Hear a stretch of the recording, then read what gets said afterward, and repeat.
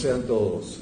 Hoy vamos a realizar un trabajo de análisis criminológico sobre el violador de Petare, de nombre Nelson M., para así cumplir con los objetivos de estudio dictados en la cátedra de Criminología de la Facultad de Derecho por el profesor Dr. David Jiménez. Estos estudios se realizan en la Pontificia Universidad Católica Santa Rosa de Caracas. Desde los puntos de vista psicológico, criminológico, el delincuente venezolano que vamos a analizar y a estudiar es un violador en serie llamado Nelson M., como lo definimos antes, nacido en Caracas con más de 50 años y tuvo una instrucción, llegó creo hasta el sexto grado y completó con parte de bachillerato. Este delincuente procede de un sector popular llamado Petare, ubicado en una parte de los extremos de la ciudad de Caracas, hacia el este. Viene de un seno familiar que posee altas dificultades sociales, una situación que apuntaba a una desviada conducta que lo llevó a convertirse en un violador sexual serial. Durante su detención narró de manera voluntaria los hechos ocurridos durante el acoso y la forma como desarrollaba esta actividad serial de violencia sexual contra sus víctimas. Se le suman 6 violaciones registradas hasta ahora. Una vez puesto a las órdenes del tribunal respectivo, fue condenado a 11 años de cárcel. En este análisis comenzaremos con el estudio biológico histórico, aunque en este caso están presentes desde el punto de vista biológico la figura materna y paterna. Hipotéticamente podemos pensar que al provenir de una familia disfuncional, en este caso con acciones de tipo patológico que ocurrieron en su condición en sus primeros años de vida y la violencia que vivía en el seno de esa familia, nos da un indicio de que el victimario busca justificar su conducta y esto lo demuestra ya como adulto. Cuando se hace referencia a estas familias disfuncionales, vemos cómo se pueden distinguir esas familias donde impera el abuso, los tratos crueles y las acciones hostiles que se hacen presentes de manera permanente. Conductas estas que lo subsumieron durante su etapa de niñez, adolescencia, juventud y en la actualidad.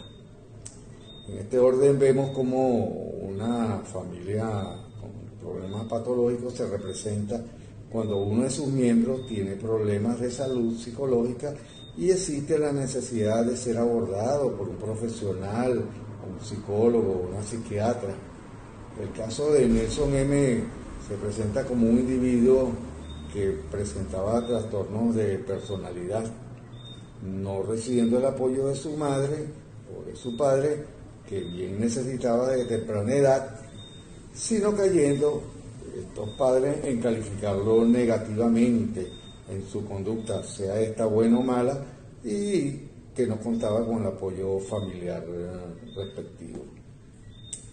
Desde la mirada biológica, vamos a ponernos a describir la predisposición del individuo hacia el delito, habidas pruebas de la culpabilidad acentuada de los padres, de que cuando seas grande serás un sádico. Este es el tipo de narrativa que le expresaban los padres a este personaje delictual, que cuando observaban su conducta se lo manifestaba.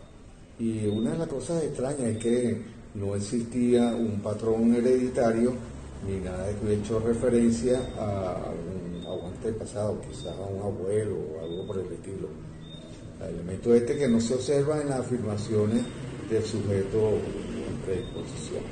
Ahora bien, hipotéticamente, se observa como de temprana edad los padres fueron ajenos a la conducta de que el violador presentaba, a menos de que su permanente acusación de que sería un sádico cuando fuera grande, afirmaciones que bajo estos argumentos era la manera que trataban a este delincuente exógeno, donde influía abiertamente en su mundo circundante, en específico con las figuras materno-paterno y sus distorsiones sociales.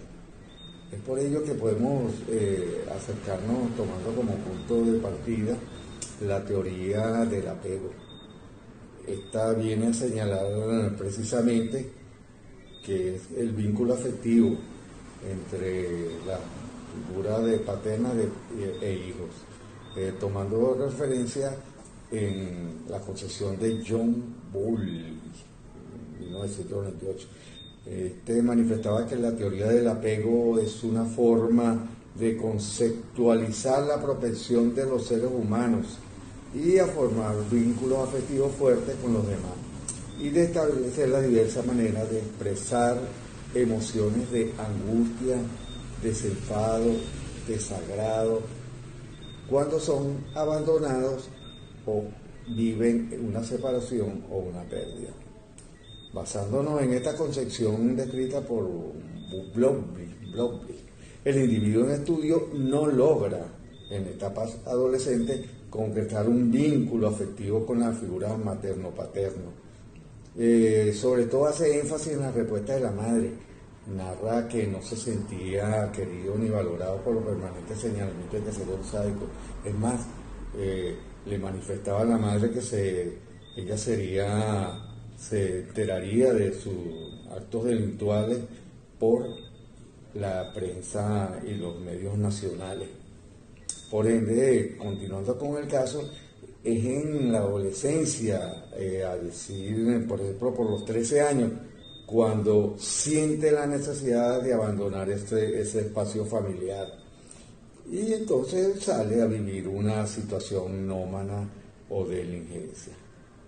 Recordemos que el apego a temprana edad y sobre todo en la etapa de adolescencia es donde se conjuga una base insegura.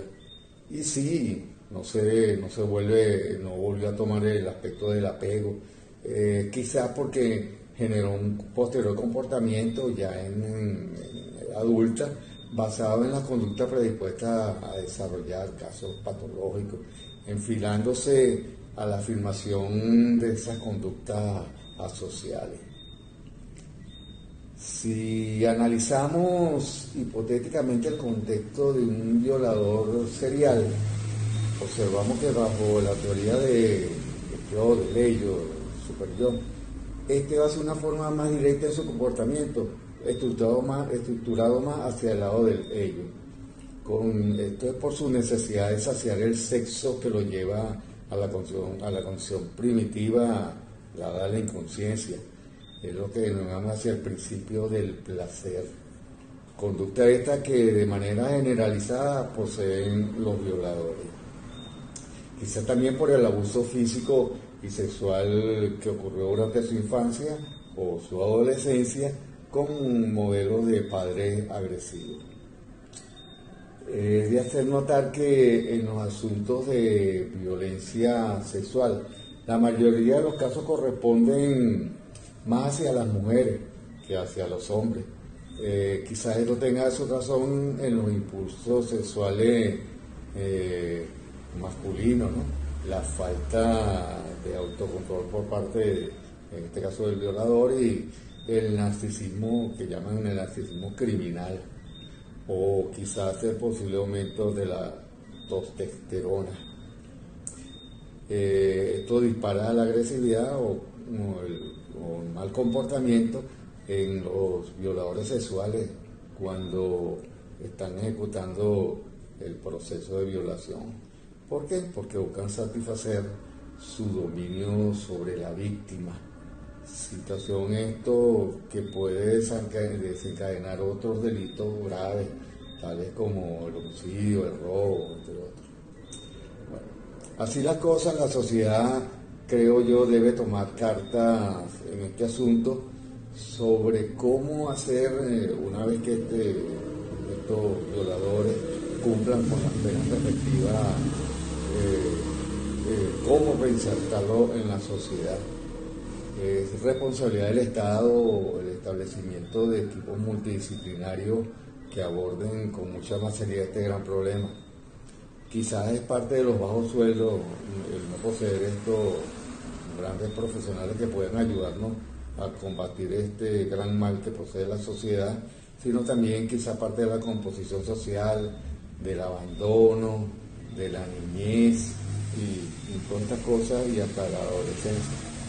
También es importante que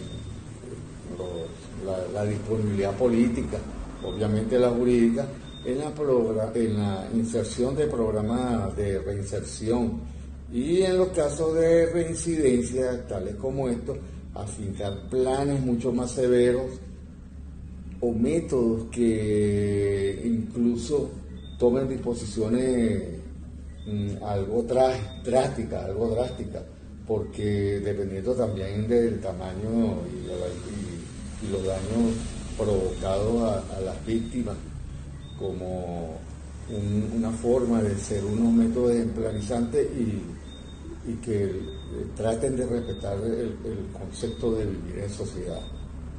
En Venezuela nosotros tenemos lo siguiente: el Código Penal nuestro lo establece en el título 8, se refiere al capítulo 1, referente a la condición sobre la violación, y de manera general lo establece generalizado. Vamos a comenzarlo aquí, el artículo 374, y nos habla de que por medio de violencia o amenaza, quien haya constreñido a alguna persona a un acto carnal o vaginal será sancionado, castigado con una pena de prisión de 10 a 15 años. Similar situación ocurre si es contra una niña, donde sube a 15 a 20 años en la prisión, y hay otras normas referentes a cuando la víctima es vulnerable, cuando no haya cumplido 16 años, cuando no tenga capacidad de resistir por causa de alguna enfermedad.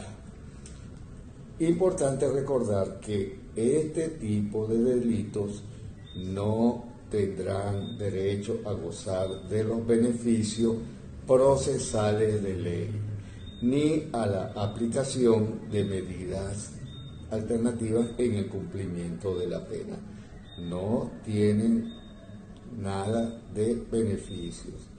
Es importante que tengamos programas de formación, de mejoras hacia los niños y adolescentes, para evitar a futuro consideraciones de esta naturaleza que nos lleven a fomentar este tipo y aupar ese tipo de delitos como lo es la violación.